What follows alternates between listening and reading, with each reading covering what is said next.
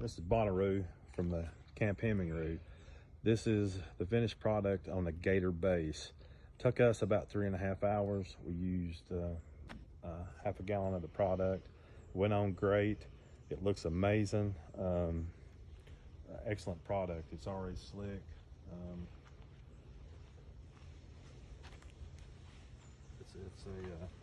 It went on great. It's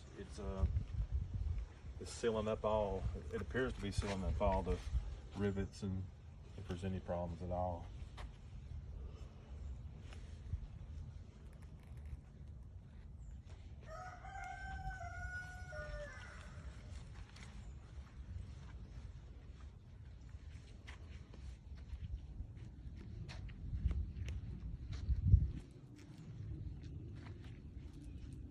All right, guys, that's about it. I'm just getting some video of the boat, and I'll explain exactly what has been done at River Run, and what there are a bunch of good guys over there.